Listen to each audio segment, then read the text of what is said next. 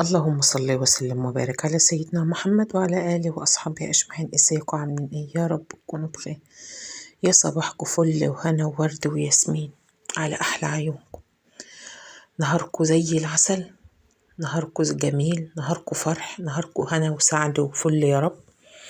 بس تعالوا معانا فيديو حلو أوي النهاردة. بس قبل ما نبدأ الفيديو ما ننساش دعوة حلوة من قلبنا لإخواتنا في فلسطين، ربنا ينصرهم نصرا جميلا وارحم شهدائهم واغفر لهم يا رب ورد أرضهم يا رب ردا جميلا يتعجب له أهل الأرض وأهل السماء. قول اللهم أمين يا رب. كل اللي يسمع الفيديو قول اللهم أمين وحسبي الله ونعم الوكيل. تعالوا نبدأ معانا الفيديو. بس قبل ما نبدأ الفيديو متنسيش تشتركي في القناة وتفعلي زر الجرس عشان يوصلك كل جديد بعمله بإذن الله تعالى. تعالوا بقى نبدأ الفيديو بتاعنا النهاردة. بس بقى متنسيش لايك وشير وسبسكرايب كده وشير الفيديو كتير عشان الفيديو يوصل لأكبر عدد من اللايكات وتشير كده وناس تشوف.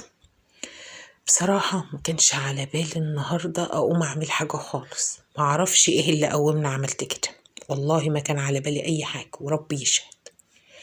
بقيت أقول هعدي اليوم عادي، حتى مش مصورة ولا عاملة حاجة، مش في دماغي. وأنا قاعدة حاسة كده إن الفريزر مطوس مش عاجبني. قلت يا بنتي قومي اغسلي وخلاص من بره، حتى كده هاتي فوطه وبالله شويه معطر ولا شويه كلور الوان. شفتوا بقى حاجه جابت حاجه، يعني انتوا عارفين الاحساس اللي هو انتوا حاجه بتجر حاجه ده. لا انا همسحه، لا ده ماما طوقه من جوه، لا فتحته لقيت فيه تلج كتير، لا لا ده الحته دي عايزه تتعمل. قلت لهم بصوا هقول لكم على حاجه، تعالوا اما نشتغل واحنا وحظنا ونفتح الكاميرا بقى النهارده. مسكته غسلته غسله حلوه، فضيته كويس الاول، حطيت عليه شويه تلج، حطيت عليه قصدي شويه ميه، يعني فككت التلج منه لان هو دوت مش نفروست، بيعمل تلج. وقلت بقى اما ادعكه دعكه حلو. بصراحه اما دعكته دعكه 100 خليته زي الفل. وجيت بقى ادعك الجنب ده، الشبكه دي مش عاجباني، افكك ما فككيش، ده بعرف افكك هركبك تاني، انا مش عارفه هو ده اصلا اول مره افكها، ده انا لو فكيتك مش هعرف اركبك تاني. لا اقول لكم تعالوا احنا نفكها واحنا وحظ. بس بصراحه يا دي اللي عند الموتور وانا ما اعرفش، لقيت عليها كميه تراب ولقيت الموتور عليه كميه تراب فظيعه. شايفين بقى الحلاوه والنظافه اللي جت دي.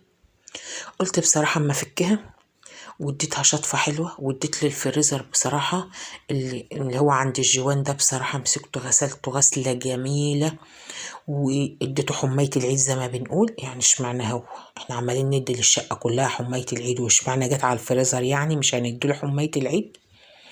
بصراحه قمت رايحه عطياله بقى حمايه بنت اللذين. بس هي للامانه اللمضه دي كانت محروقه، فقلت اما ابعت ابني لا ما لقاش، خلاص نركب المحروقه وخلاص. هنا كنت بجربها يعني هل فعلا هتشتغل، لان هي مش زي التانية قوي، هي دي تحس ان هي مطوله شويه، فانا ما اعرفش، هي انا اول مره اغيرها. هي بقى لي فتره كده الفريزر ضلمه، فبفتح على نور الصاله واقفل على نور الصاله وخلاص. يعني ما بعوز حاجه بفتح نور الصاله، لان هو عندي الفريزر زي ما انتوا شايفينه في الصاله، فما بعوز حاجه بفتح نور الصاله وبقفل من نور الصاله. فبعت ابني بصراحه جايبها لي وجاي. هنا بقى كنت بركب الشبكه دي كمان، وكنت عايزه بقى ادي للقدره حمايه كمان. بس للاسف المساحه عندي اللي هي بتعمل، ببقى امسح بقى الحيطان ديت. لو انتوا كنتوا شفتوا الفيديو اللي فات اللي هو بتاع اوضه الولاد، كانت المساحه اتكسرت معايا، فبصراحه لسه ما جبتش واحده، فقلت امشي العمل النهارده كده. يعني مسحت الفريزر كفايه، وروقتي برضو شويه شغل حواليه هتشوفوا معانا دلوقتي. فقلت خلاص مش مشكلة بقى، اللي قدر ان شاء الله تبقى يوم تاني اعملها باذنك يا رب، باذن الرحمن، باذن الرحمن اجيب مساحة واعمل. لان انا بحب اما بمسح القدرة وفوق الفريزر والكلام ده. فانا ما جبتش فوق الفريزر، قلت لان انا كده لسه همسح القدرة، فطالما لسه ما مسحتش القدرة فمش هجيب فوق الفريزر دلوقتي. فهنا بقى خدت بالسجادة كده تنفيضة النشف، يعني محدش يلم اللي في ده، وانا هاخد اللي فيه وحد ياخد النش، انا هاخد اللي فيه مش هكذب. ضحكت يعني بس هنا قلت بقى اما اكنس حواليها كده عشان امسح برضك، عشان ارجع الحاجه مكانها. انا لسه هنا ما شغلتش الفريزر، انا زي ما وريكم كده بس اديته نور بس ان انا اعرف ان اللمضه شغاله ولا لا، وهمسح حواليه. هنا بقى جبت شويه ميه بصابون بكلور، بس انا بحط كلور ابيض، يعني بحب الكلور الابيض مسحه اكتر في السيراميك. هو حلو برضو كلور الالوان حلو، بمسح بدا وبدا يعني، ده برضو حتى كلور الوان، بس الابيض بقى الكلور اللي هو بتاع الهدوم البيضة، عارفينه ده اللي بيبقى ريحته قوية شوية ده. هنا ببقى احب امسح بالايه الارضية شوية، يعني الكلور الالوان بحط يدي الرغوة ديت، لكن الكلور الابيض بيدي نظافة وريحة كده، تحس انك عملت نظافة بجد. هنا بقى شايفين لون الصابون مغير ازاي، لان هنا طبعا تحت السفرة وتحت الفريزر احنا ما بسحبشهمش كتير، يعني تحت السفرة وتحت الفريزر انا ما بسحبوش كتير بصراحة، يعني لولا يعني ان انا شادة الفريزر، لان الفريزر فاضي ما كنتش هسحبه، لان طبعا بيبقى مليان فبيبقى تقيل فما بقدرش اسحبه. فهنا بقى قلت ايه ترويقة كده بالمرة، حميت العيد للفريزر وللسفرة برضو مسحت حواليها، ومسحت كراسيها كويس ونفضتها تنفيضة بنت لذينة. ما هو طبعا بقى انت بصي، خد العقيدة ديت واشتغلي بيها، يا تعملي الحاجة مظبوطة يا ما تعمليهاش، ده اللي اعرفه. يعمل الحاجة وتممها واخليها زي الفل، يا مش قادرة ما اعملهاش. هنا بقى قلت اما اخد بقى كراسي السفرة ده، انا كنت برضو بفوطة مبلولة كده مسحتهم كلهم، بس قلت برضو تنفيضة كده بالسجادة، لان انا كنت جريتهم. دي حاجات بقى برضو منها يدخل الفريزر ومنها يروح المطبخ. اه رجعت بقى كل حاجة مكانها، احنا عملنا حاجة ما عملناش حاجة، رجعنا كل حاجة مكانها وكل حاجة في وضعها الطبيعي. بس كل ما هنالك شمينا ريحة نظافة، ما عادش فيه ريحة تراب. حسينا اما احنا بنبص للفريزر بتاعنا شكله حلو، شكله نضيف يعني الى حد ما. هنا بقى كنت رصيت حاجتي في قلبه وظبطته تظبيطه حلو، وبرضك مش هسيبه يشتغل دلوقتي، لان انا هنا كنت بليته ميه فخفت لا يكهرب، والارضيه عندي مبلوله ميه، فبصراحه ما شغلتوش الا بعدها حوالي يجي بساعه ولا يجي بساعتين، عشان انا شديت ورجعت ومش عارفه ايه، فخفت بصراحه. محدش له دعوه بالميه اللي داخله المطبخ دي، احنا هنمسحه دلوقتي. قلت بصراحه بقى ايه الباب بالمر، يعني اشمعنى جت على الباب يعني، هتيجي على الباب وهنقول لا مش عاملين. قلت بالمر الزوايا ديت بيبقى فيها كده زي تراب، حاجة من مكان ايدينا، طبعا الباب بالذات باب الشقة طالعين داخلين منه على طول. فقلت بصراحة اما اديله برضو تلميع اللي هو على البتاع اللي هو الشريعة دي، احنا بنقول عليها شريعة، دي كان لازق، وانا هشيله دلوقتي باللي هي الاسفنجة اللي معايا دي، بصراحة خشنة، هتخليه زي الفل دلوقتي، ما عادش فيه الخربشة اللي هي البني دي، ده كله هشيله دلوقتي بقى، هتخليه زي الفل. ما عادش حاجه من البني اهو قدامكم، انا شلتها كلها. وهنا بقى بفوطه ناشفه او بفوطه مبلوله بس بله بسيطه تمسحي كل اللي انت عملتيه، ولا بسيبه اي حاجه ولا بعمل اي حاجه. بصي الخشب عايزه تبليه ميه امسحيه على طول، وتبقى المروحه شغاله، ما تسيبهوش مبلول ميه وتسيبيه، ما ينفعش طبعا الخشب بالذات ما ينفعش. عايزه تمسحيه بميه او بكلور او كده، على طول فوطه ناشفه وتمسحيه. وده اللي انا بعمله واللي انتوا بتشوفوه معايا.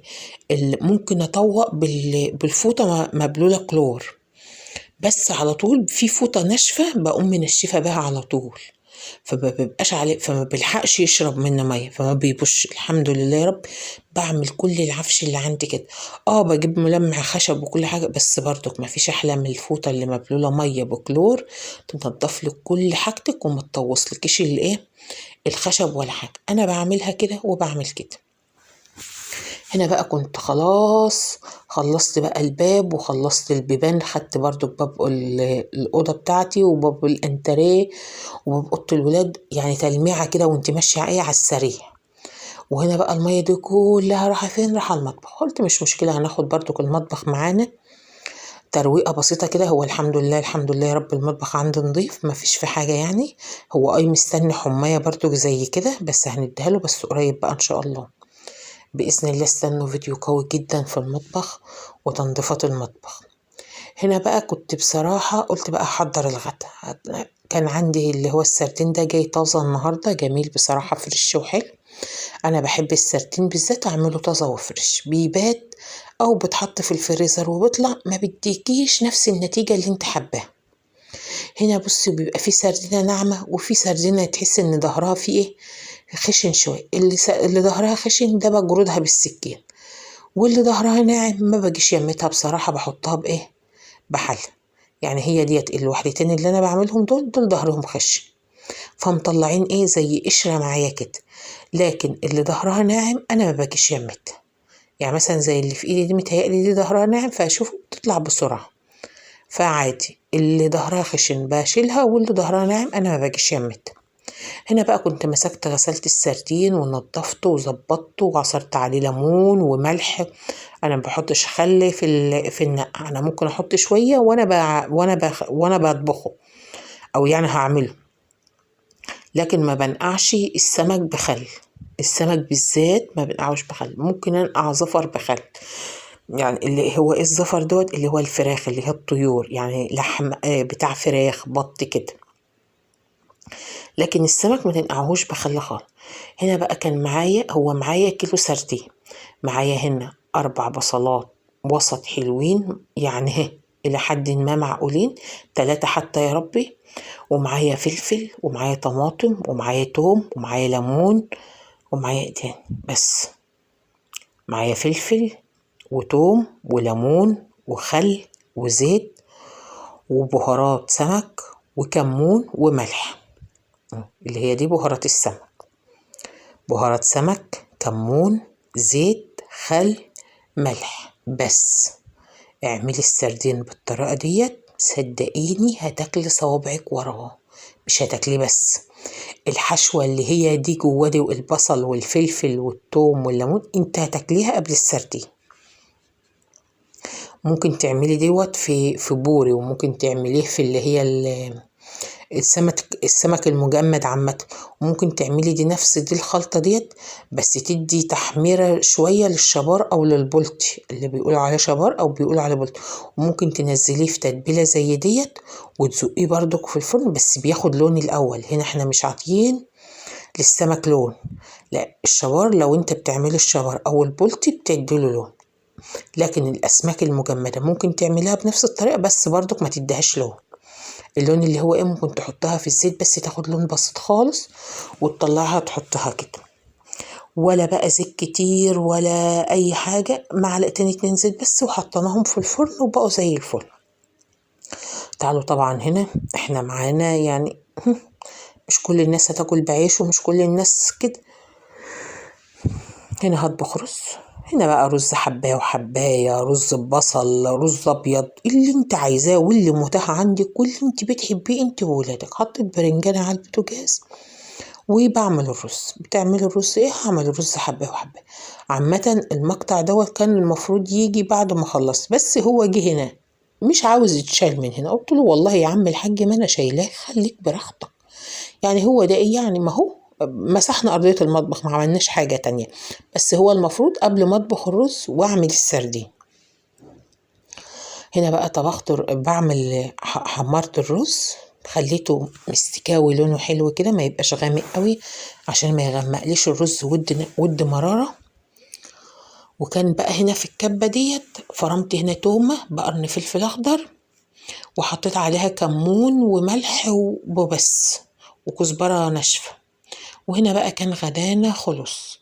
هنا كنت طبخت الرز بقى اهوت، وهنا ادي صينية السردين، وعملت سلطة خضراء، طماطم وخيار وقتة وكزبرة وبقدونس وشبت، يعني خضرة كده يعني، وطماطم وفلفل اخضر، وتبلتهم تتبيلة حلوة بالملح برضو. وهنغرفها دلوقتي سوا. وادي الرز بتاعنا مفلفل وتحفة وجميل وتحفة. هتغدوا معانا بقى، وحد يكتب لي احلى لايك واحلى تعليق حلو منكم. صينية السمك دي روعة. صينية السمك دي كده بتنزل في القلب على طول. وده كان البرنجان بتاعنا، وده كان السلطة. وكده اشوفكم في فيديو جديد، ومع السلامة.